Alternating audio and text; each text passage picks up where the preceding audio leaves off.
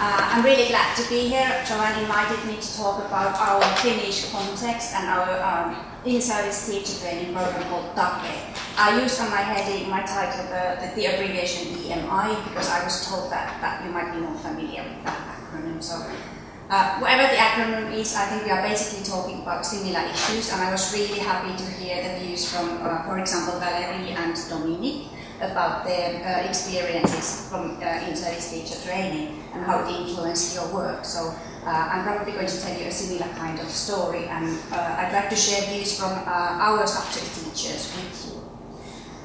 First, I'm going to briefly give you some background information, give you some numbers and figures about Jyvaskyla, about Finland, and then some ideas about, or the main points about our TAKE in-service teacher training program. Then, hopefully, some student voices. What do our students and subject teachers actually think about our training program? And then, I don't have a conclusion, but I have some final comments and probably my own reflections about the program and the way forward.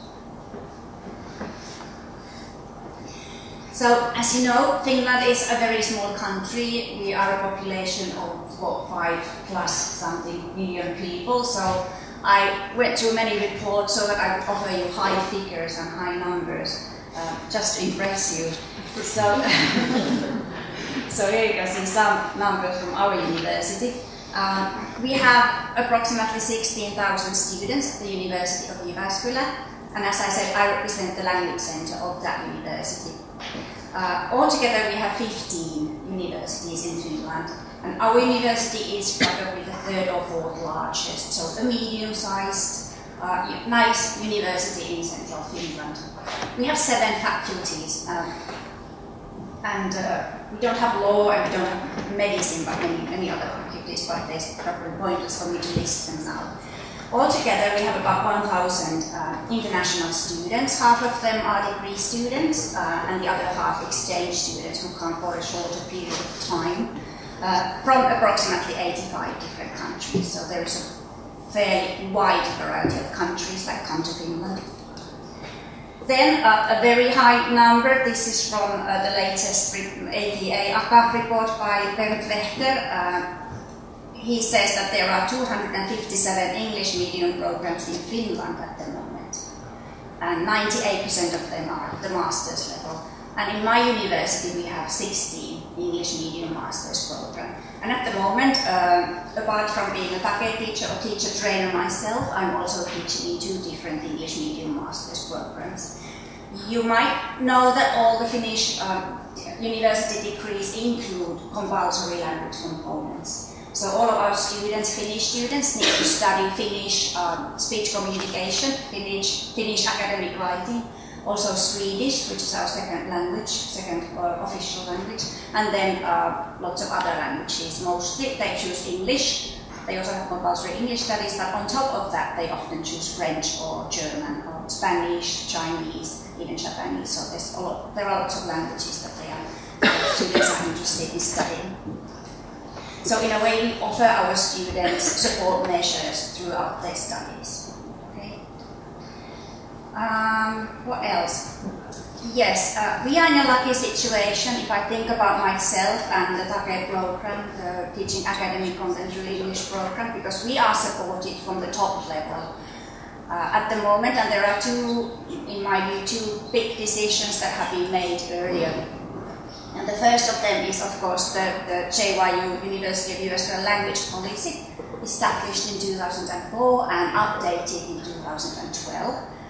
And its action plan. And the action plan and the language policy clearly highlight the importance of languages and the quality of English medium instruction.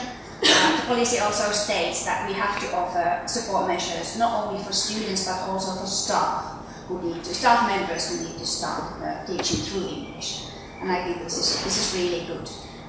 Also, the language policy acknowledges the importance of languages and the academic expertise, and how intercultural communication is part of that academic expertise. So we want to send out students who are experts in their own field, and they can show that at least through 2 different languages, if not even 3.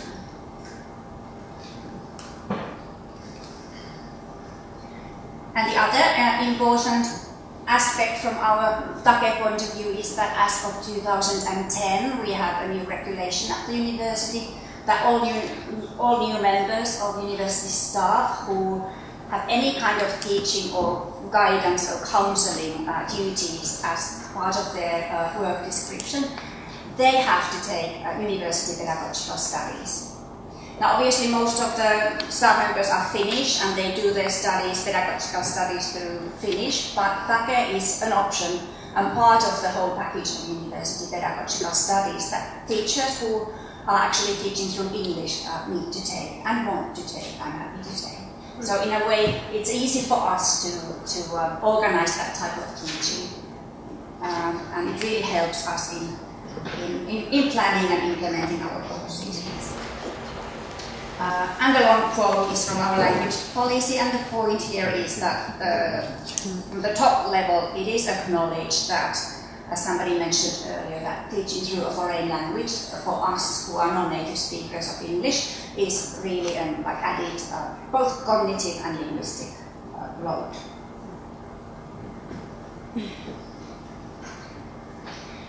Okay, then if I could briefly explain to you some of the key ideas about our TAKE program.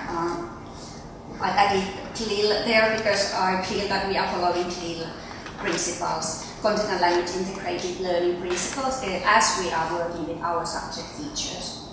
There are 3 of us trainers in every TAKE program. Until last December, I had the pleasure of working with my colleague called Anne Räsänen. I think some of you might recognize her name, Joanne and Emma at least.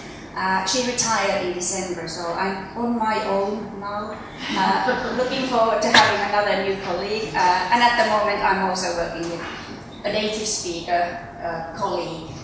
Every time there are 2 Finnish trainers and at least 1 native speaker colleague, because we feel that that brings credibility to the program, so there has to be at least 1 so-called native speaker of English, not just us Finns.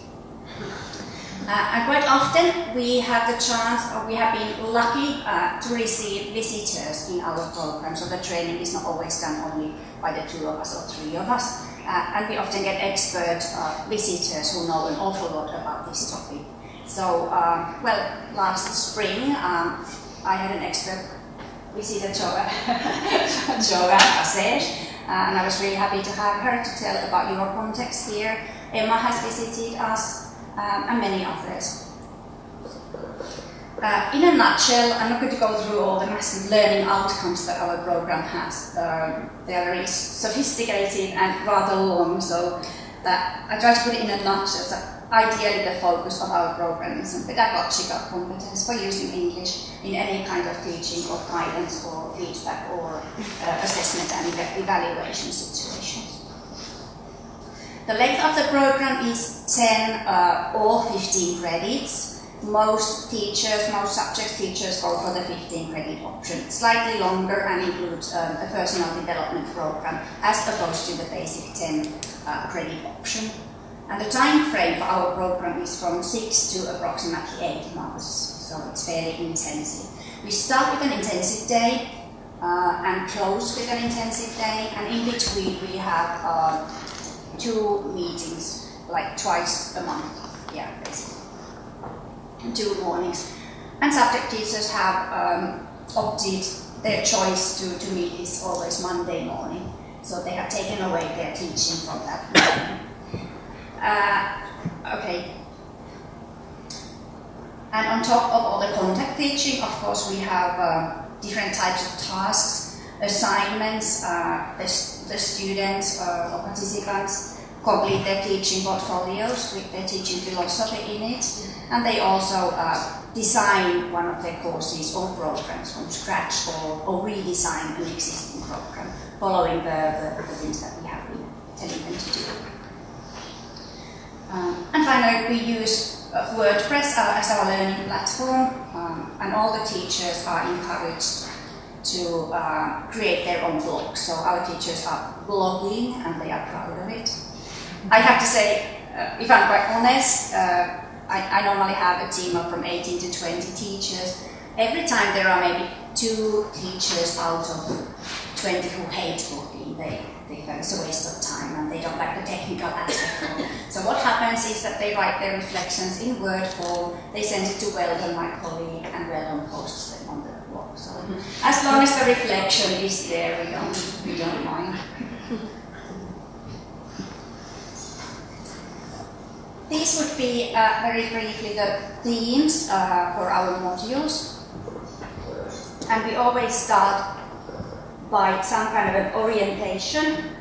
And in the orientation session, we want to make it clear to our subject teachers that everything we do in class and everything that we do in our program is actually based on theory, on some kind of theory, so that they don't think about it as a language course purely. So, where do we get our theories from? Well, there are no TAKE teacher training guidebooks as yet. Maybe we can create one someday. But at the moment, the ideas we get from smart people, like Emma. We read her research papers. We draw on linguistics, social pragmatics, social linguistics, language acquisition, like second language acquisition, educational sciences, a bit of psychology, and so forth. And with the help of those theories, we try to create our own TAKE theories, if you like. And in the first session, of course, we go through the learning outcomes. We talk about the challenges that the subject teachers are faced with. We talk about the new profiles for language teachers and subject teachers and their cooperation. So all these things are probably discussed in the first meeting. The second module deals with what it's like to work in a multilingual and multicultural classroom or setting. And this is when we go through basic theories of culture. And lately we have focused more on the Flowerdew and Miller idea of 4 cultures. So we talk an awful lot about disciplinary cultures, disciplinary differences, challenges, academic cultures of both students and teachers and so forth. And that has been truly interesting, and I think our participants have actually enjoyed that workshop tremendously. By far the most needed and the most popular topic or theme or module has been number 3, interactive lecturing and small group teaching methods. And this is to believe we have subject teachers who probably are not familiar with all sorts of small group activities, whereas language teachers are used to using those activities all the time. And we have started collecting a wiki or a database so that in every session our TAKE teachers need to prepare some kind of an activity with a partner from another discipline. So we have like an activity created by a chemistry teacher and a history teacher, and that's a nice combination. So they just have to find something common that they can base their activity on. And those activities we are collecting in a wiki, as I said, so that all our participants can use them later. Module number 4 is about guiding research and academic writing. Now, students in our master's programs need to write an awful lot from day 1 when they enter the university. So they need also support in academic writing, formal writing, and almost all the assignments are really written assignments in the master's programs. Not only do our students need help, also our teachers and participants need help when they give these assignments. Because we have noticed that it's not always very clear what kind of English terms, for example, they use for task types. So, for example, if I'm trying to think of a concrete example, we would have a chemistry teacher who for a long time thought that, or gave out an assignment called essay, and it turns out that it was actually a lab report, which is completely different from an essay and so forth.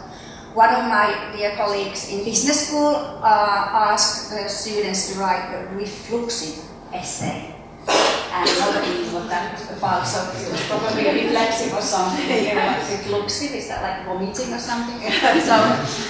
So we talk about the clarity of instructions, that's very important. Okay. alignment of teaching and assessment. This is slightly more complicated, but this is when we go through all the learning outcomes that we have, and also we see if there is some kind of an alignment between the assignments, learning outcomes, assessment and evaluation, and that is a challenging module, I think, for all of us, both the trainers and the teachers. Use of new learning environments is actually like an embedded, is that the word, embedded module that runs throughout the program. And this is when we try to introduce new ideas for media literacy, how to make most of different learning platforms, also media literacy, the visual literacy, learner agency, so all these things are included in this module. And then finally, we have a portfolio workshop where we together create some kind of guidelines for their final teacher portfolio, and also we ask the teachers to write their teaching philosophies. And that's also something that they appreciate. They don't often think about the theoretical aspect of their teaching. So what is it? How would you explain the ideology behind your teaching? So this is also something that they have enjoyed. And in the portfolio, obviously, they include their best blog posts and so forth. Okay. So, a final option or final optional module is academic pronunciation or pronunciation in general, and only maybe 3 teachers take this module.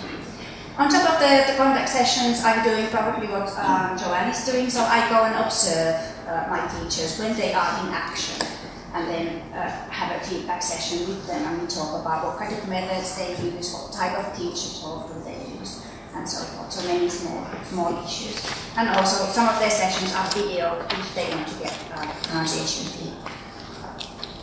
Okay, some student voices. The first 2 are highlighted in red, and these would be comments from the teachers' blog posts.